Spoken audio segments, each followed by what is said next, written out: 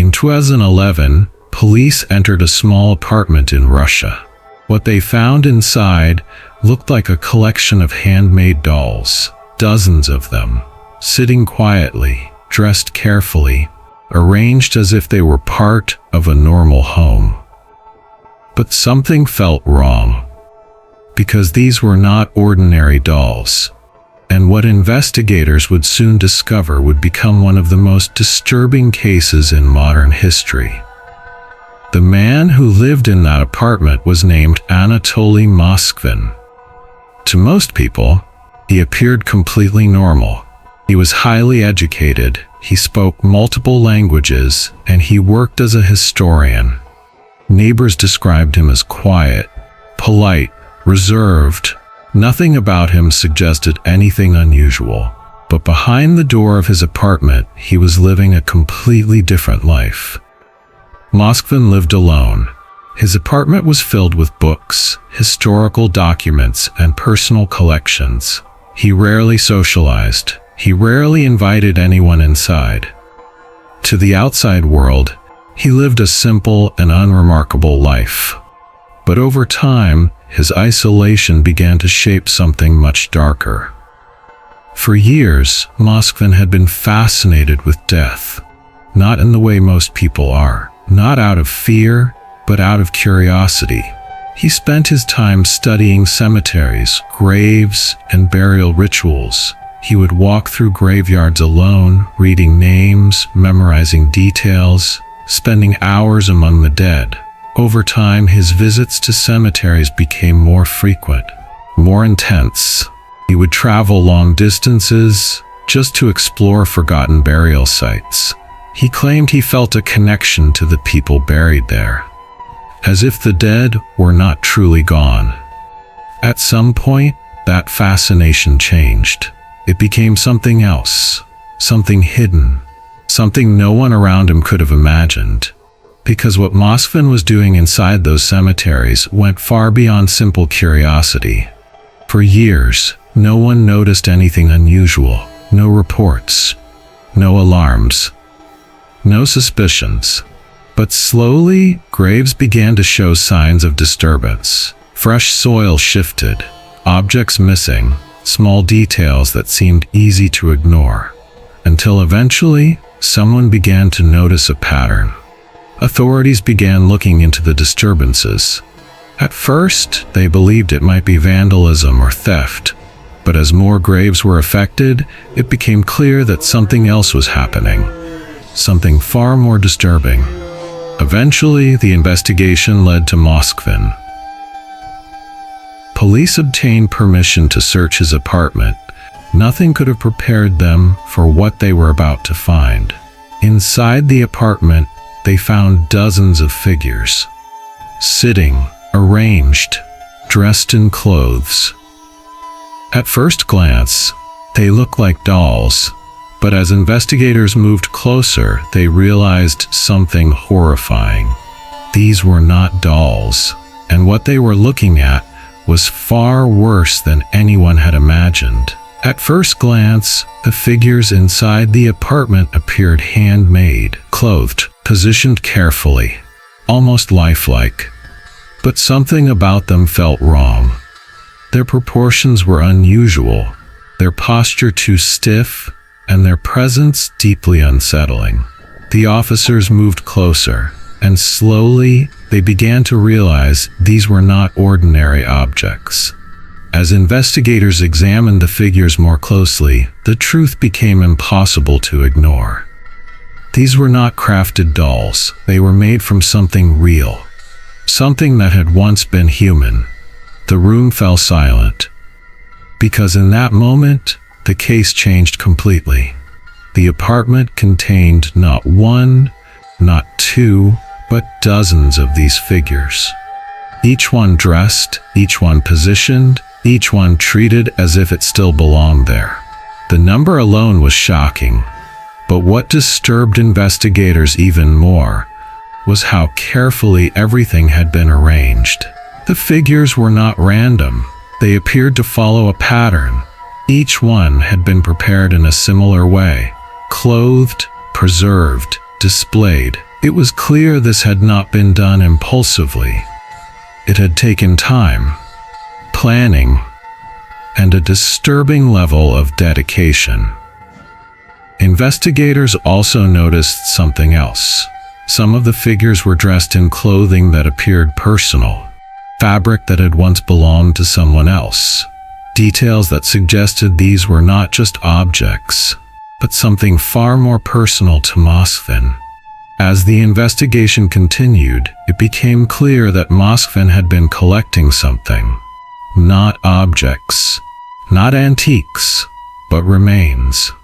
Taken from cemeteries, brought into his apartment, and transformed into something else. What shocked investigators the most was how long this had been happening. This was not recent. It had taken place over years, possibly longer. And during that time, no one had noticed. To the outside world, Moskvin had lived a normal life. He worked, he studied, he interacted with others. But inside his apartment, he was living in a completely different reality. One that no one else had seen until now. After the discovery, Moskvin was immediately taken into custody. The scale of what had been found inside the apartment shocked authorities. This was no longer just an investigation. It had become a case unlike anything they had encountered before. As the investigation continued, one question began to take shape. Not just how this had happened, but why. If you enjoy disturbing true stories and unexplained mysteries, make sure to follow this channel. Because every week, we uncover new cases that will make you question what is real. Stories hidden in the dark corners of history. Cases investigators still struggle to explain. And trust me, the next story might be even more terrifying. So follow the channel and step deeper into the unknown. Why would someone live this way? Why would someone create something like this? And what had been going through his mind all those years? As investigators began questioning Moskvin, it quickly became clear that he did not see his actions the way others did. To him, nothing he had done was wrong. In fact, he believed he had been doing something meaningful, something important, something that others simply could not understand. When asked about the figures in his apartment, Moskvin spoke calmly. He described them not as objects but as individuals. He believed they had been abandoned, forgotten, left alone in the ground. And in his mind, he had given them something they no longer had. A presence, a place. Moskvin believed that death was not the end. He believed that something remained. Something that could still exist if it was preserved, if it was cared for. To him, what he had created was not unnatural. It was a continuation. Investigators discovered that his actions had not been random. They had followed a process, a routine, a ritual. Each step carried out with precision. Each figure prepared with care. This was not chaos. It was deliberate. What disturbed authorities even more was the amount of time this must have taken.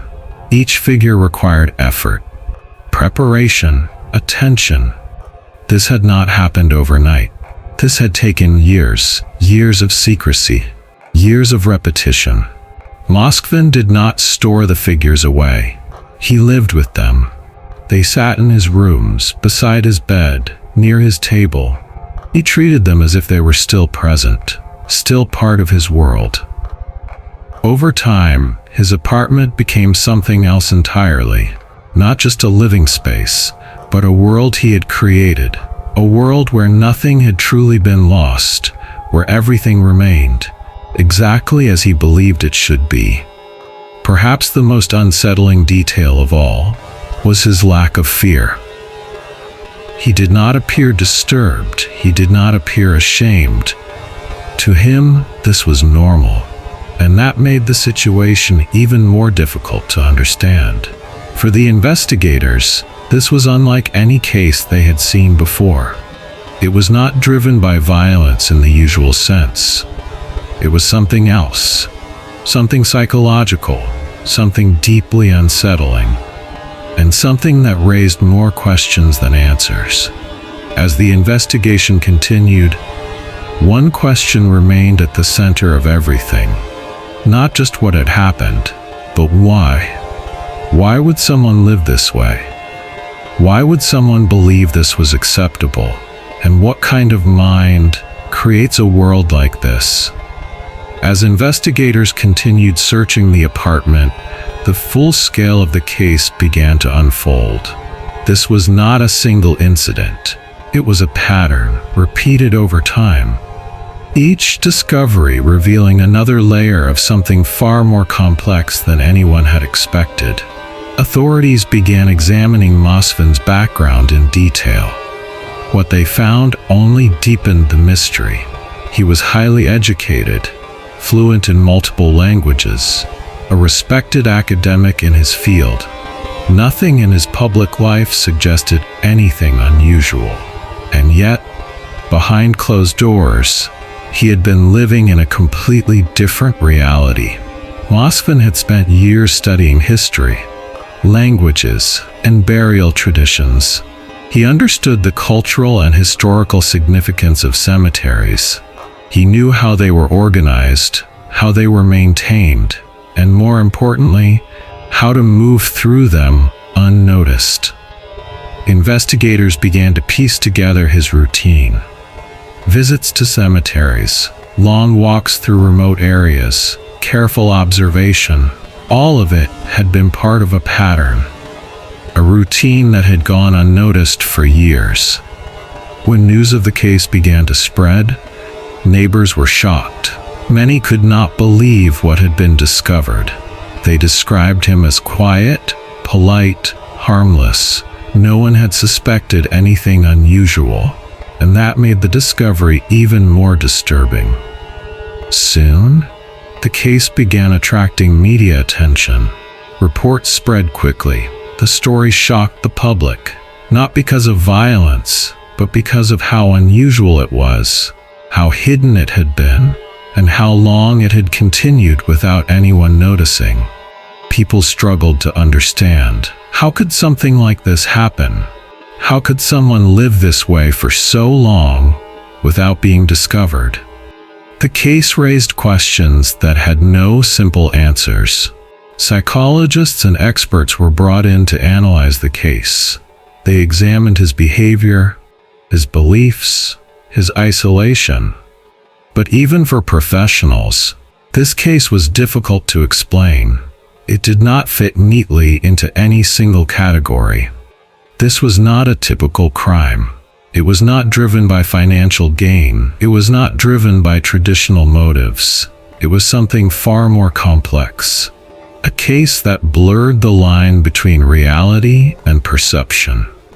As more details emerged, the case only became more unsettling.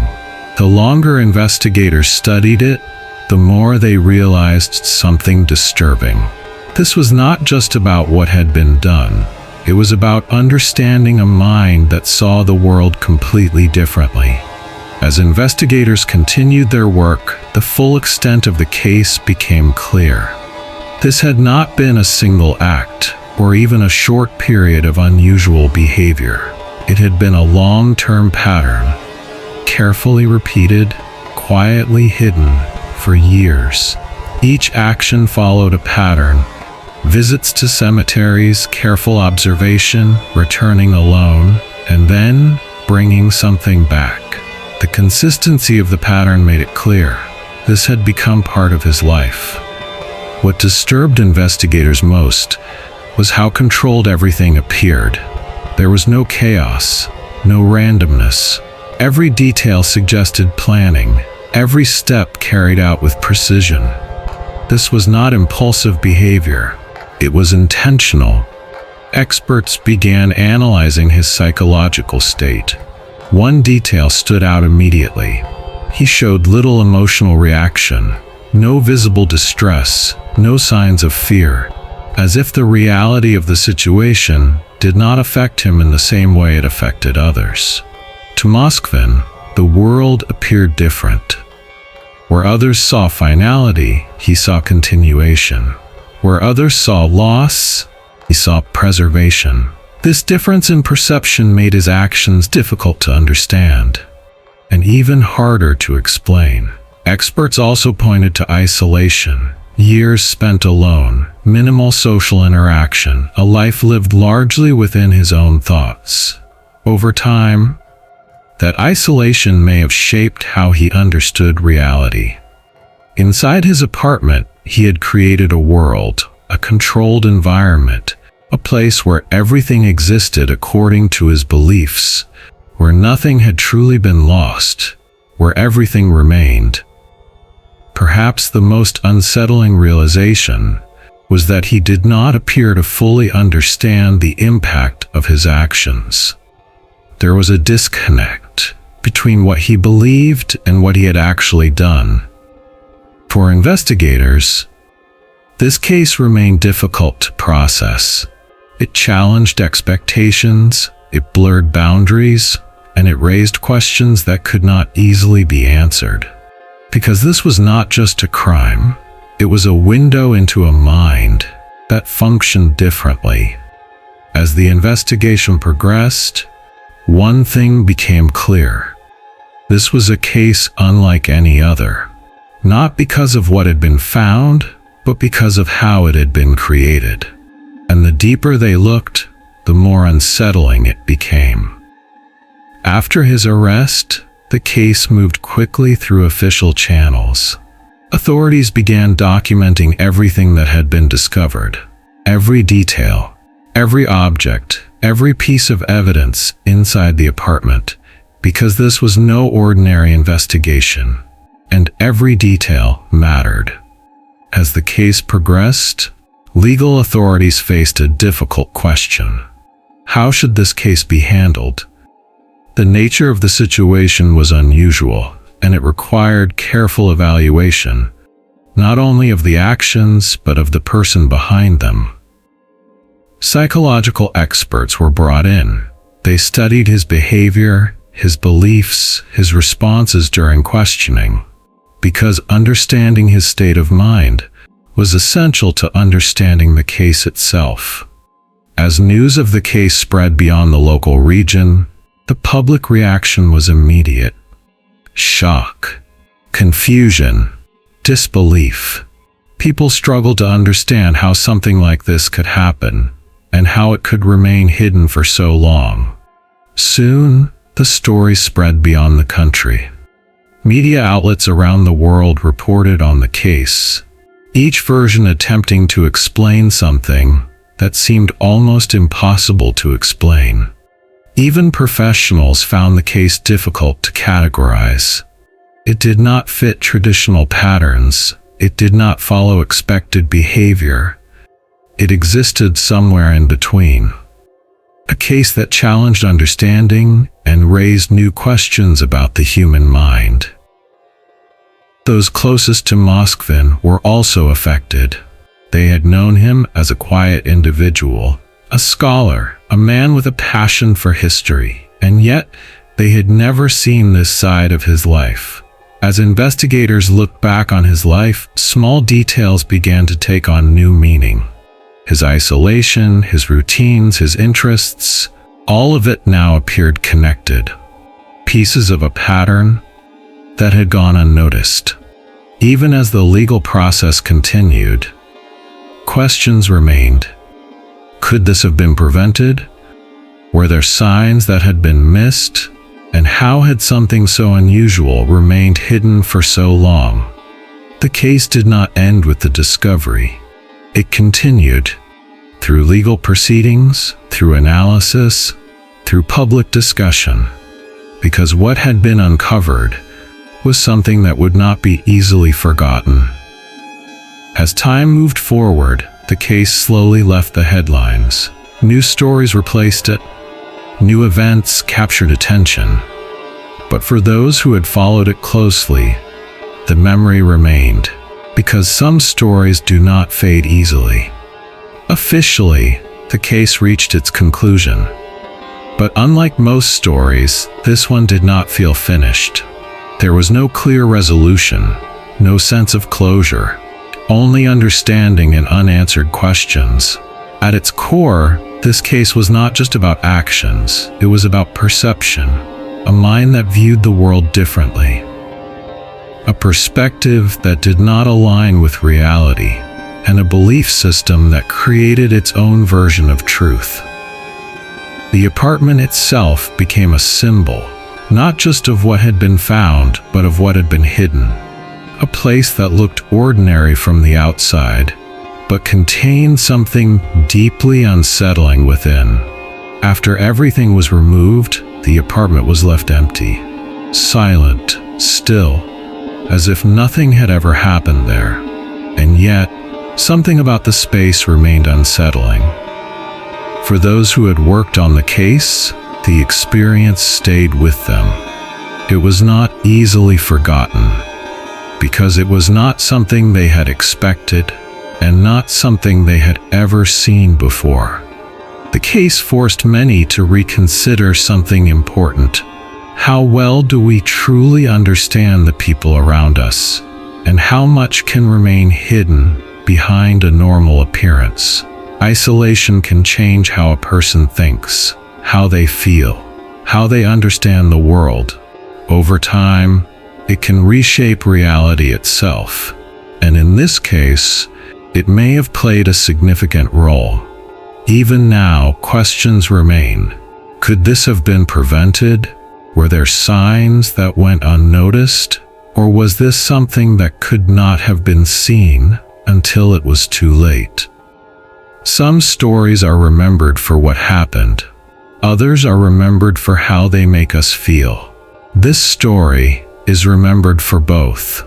There are moments when understanding becomes difficult, when logic cannot fully explain behavior, and when reality feels more unsettling than fiction. This case was one of those moments. The human mind is complex, capable of creativity, memory, and belief, but also capable of creating its own reality, even when that reality does not align with the world around it. Looking back, the case leaves behind more than just facts.